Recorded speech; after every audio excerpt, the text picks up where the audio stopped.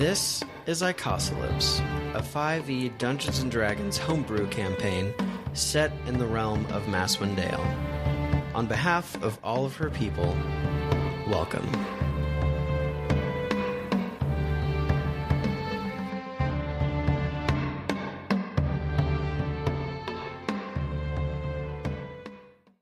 What up? Episode 3 of Icosalypse.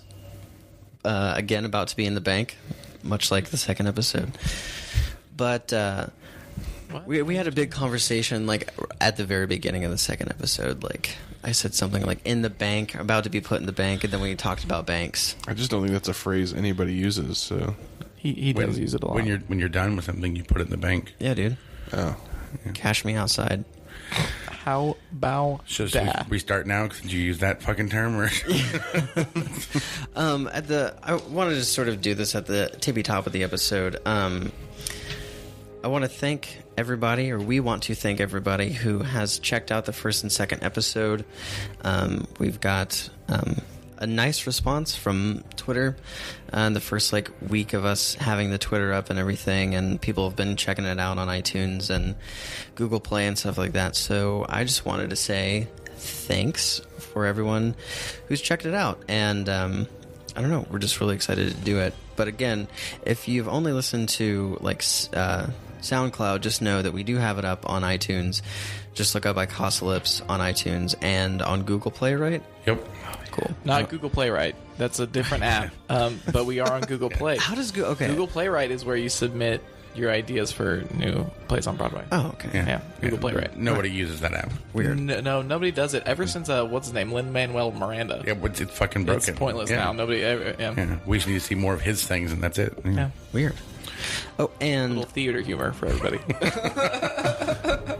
Also, thanks to everyone who has retweeted the giveaway, which is still going on. Well, actually, when this episode airs, we'll declare a winner of the podcast. I think the day that comes winner out. of the podcast, or winner of the podcast, aka winner of. You now win the podcast. You won the podcast. You now own the podcast. We're gonna show up at your house every week and play D&D. Yeah, we just appear unannounced. Yeah. But no, thanks everyone who has retweeted that. Gonna have some really cool pins. One really cool pin and a dice tray and a set of dice. So hopefully future pins as well. Yeah, it'll be cool. Maybe we can get some pins of our own with our logo and all that stuff. So that being said, we're going to actually start the podcast, and yeah, let's get it. Okay, so now we're actually going to play D&D. So anyway, do we remember where we were at the end of the second episode? We just got through going into the prison room and saving the two people in a cage. We killed everyone. Yes. Yeah. Oh. From what I remember... Did we kill everybody? Yeah. Was it literally everybody? Well, not everyone. two guys. There's 2 people left. I meant all the enemies. Oh, yeah. You guys did. Okay. You did it. All right. Did you think we left someone behind? I didn't know if we left anybody behind to talk. I couldn't remember. From what I remember, Rathan, how's your hit points? How are you doing? He's not doing great, right? I'm not doing really great. No. How many hit points do you have left? Wait, but didn't we level up at the end of that? You did. That's right. So our hit points are set. But I'm just fucking fine. Yeah. So you weren't doing fine in the fight, though. No, I'm pretty sure I had No, you were. Yeah, I hurt. think you had 2. Yeah, because we're level 2 now. Nice. Yeah. Cool. Yeah, so we just leveled up. So, did you guys all level up and everything? Yeah, I leveled up last week as soon as you told us. Did you do any, are you just leveling up in Bard again? Oh, yeah. Cool. Did you get any new things? What's your new things? I did. I got this thing called Jack of All Trades, which is a pretty neat passive feature from Bards. Is that for, skills and stuff? Basically... Skill checks? Yeah, basically any skill that I'm not proficient in, I get to add half of my proficiency bonus to it. Nice. Just because you're a Jack of All Trades. Right. So... That's what's up. So now, for example, I don't have animal handling, but I have a +3 now because, I get that extra +1. Right. So. Nice. It's pretty tight. It's pretty tight. I'm not gonna lie. It is one of my favorite aspects of the Bard because especially later on in the game, once you're level 15 and stuff like that, it starts to really, that proficiency bonus starts to ramp up. And next thing you know, you're getting like a +3 on every like. It's ridiculous. Yeah. Nice. Marsh, what about you? I got spellcasting, ranger spellcasting. So I picked Hunter's Mark and That was so Zephyr dope, Strike. by the way. Yeah. Fuck, that was such a cool sequence too. What? Getting my spellcasting. Getting the spellcast, yeah. that was so fucking sick, bro. So Well, I'm pretty excited about the Zephyr Strike. I think this is one of the newer spells that came out with one of the newest books. I've never heard I of was, that. by the way, I was jazzed about that sequence for like a full 6 hours after that happened. By the way, like I went home and I was like, "Yo, that shit was so fucking dope." Just thought it was really cool. You want me to read Zephyr Strike to you? Yeah, what does it I've never heard of that. So it says, you move like the wind until the spell ends. Your movement doesn't provoke opportunity attacks. Once before the spell ends, you can give yourself advantage on one weapon attack roll on your turn. That attack deals an extra 1d8 force damage on a hit. Whether you hit or miss, your walking speed increases by 30 feet until the end of that turn. So just a whole bunch of stuff that can happen. That sounds super That's dope. super helpful, especially for you, Yeah, for sure. like So- for what you're. Yeah, so you can basically, like, if you're up close on somebody, do Zephyr Strike and do like a melee attack against them, and then be able to bamf out without having anybody mess with you. So That's rad, especially since you're kind of the tank, like the DPS tank. That'll be really convenient for you. yeah, That's nice. Yeah. it's a pretty dope spell. So Rathan, what about you? I got more spell slots, and I also got a channel divinity, which means I can turn undead now. Nice. And then because I've got arcane is my focus, I also can use my holy symbol on where is it? It's like fey creatures and otherworldly creatures, so I can basically like turn like angels and demons and fey as well as undead. Wow, That's tight. that's really cool. It's pretty fucking cool. Nice. I also did get an extra spell slot, which is always nice. It's always welcome to get an extra spell slot. Oh, for sure. So, okay, so you guys, we were talking about you guys having a long rest at the end of last episode, but then you guys leveled up. So, Not to jump in, but also elementals. dang, Celestial, elemental, fey, and fiend. that's what's up. That's Ball out. a wide range of creatures. It really is. Yeah, I'm pretty happy with it. that's sick. Okay, Some might even call it a catch-all. yeah. Yep. So, are we wanting to take a long rest? No. Is it necessary? Because I mean, Not we just anymore. leveled up. Because we leveled up, right? Yeah. So Cool. I mean, if you guys want to sleep, we can sleep. It just seems Yeah. So, there are, I think there was 4 goblins in here that you guys killed. And then there are the 2 guys in cages still.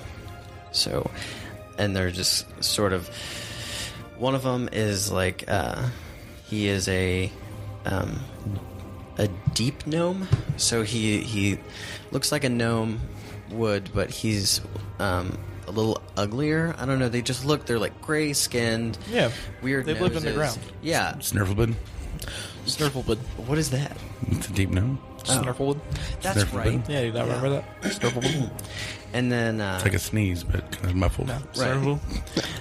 and then there is a larger, heavier set human in a cage that is a little too small for him, but he's just like Just sort a of little. squeezed in, and they just kind of watched you guys as you destroyed these goblins, and they seem to be very excited to see you, but also kind of anticipating getting out of these cages. So we're gonna pick it up there, and you guys just killed the last goblin, and most of you are in the room, but I think one of you was right outside. Yeah, Rathan was outside of the room. Yep. Yeah, so that's where we're gonna pick up. Okay. I'm going to start searching the bodies, and I'm going to take one of the scimitars off one of the goblins. Okay. too. Yeah, so there are 4 scimitars and 2 short bows with some arrows and stuff like that. We'll say... I'll also take arrows, too. Cool. There are 20 arrows between the two. You find... if you're looting all 4 of them, you're going to find 9 gold pieces and 59 silver pieces just around all of them. You're also going to find some strips of leather.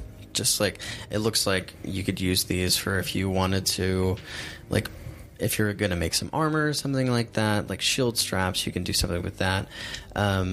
You found one of them also has what looks to be a freshwater pearl as well. And lastly, you find a key ring. It has 3 keys on it.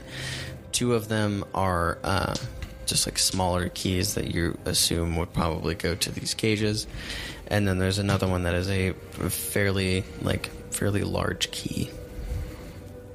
So, and as you take the key ring out, the human's like, "Hey, you want to bring those over here, please?" Oh, and there's a chest in the room too, and it's by the cages. You can kind of assume that maybe that's where their gear is, because they obviously do not have any gear on them. So, right, other than their clothes. Right. So, I'll go over and unlock the gate. Oh, you're gonna just unlock it? Yeah. well, okay. Which one? Because they're gonna- both in separate cages. Which one do you want? It doesn't matter which one you want. I'll start. Hey, maybe we should find out why are you guys in these cages? The deep gnome is just like, we got captured. I mean, we knew that there were things down here, but we didn't expect for this place to be so filled with fucking kobolds. There's a lot of kobolds. There's also some goblins down here, obviously, but we've also seen there are a couple bugbears as well. I've seen a bugbear before. Well, Good to know. but we were overpowered. And they put you in a cage? Mm-hmm. Okay. Yeah. Can I... Why were you down here again? I'm sure I've been told. Oh, we're with the Idle Hand. We were sent here to clean out, quote unquote, the mine. Mm-hmm. They picked the right people. You're right. It doesn't appear that they picked the right people. Well, they did the second time. You almost died. Wow. I watched you almost die. How are you this kind of person? I was just saying. I'm not in a cage. The human's like, all right, this is all real fun, having this conversation, but I'm much larger than what this cage is intended for. Can you please let us out? I don't have a key. Well... Your friend Now. does. I'll be happy to answer all your questions as soon as we get out of this cage. I've been in here for days. So they were sent by the same people that sent us. Yes. Yep. Yes. Marsh, do you want to let I them don't know know? if I trust it. I can show you It's, the it's pin. almost like I don't this know is if I our trust mission, it. guys. To Well, I know. save this It's guy. true. Nope, I don't trust them. Oh. Why not? Oh, If you don't I'm trust just it, kidding. open up that cage. It has both. Open up the chest. It has both of our sigils, like our pins. You know, the Idle Hand pin. With I'm going to go digging through the case. Okay, so you open it up. Yeah. It's trap, poison cloud. You all die. Roll the Banshee. So you open it up, and there is a decent little like wooden shield. It's like a buckler. There's a scimitar in here as well. It looks a bit nicer than the goblin scimitars, like a little better craftsmanship.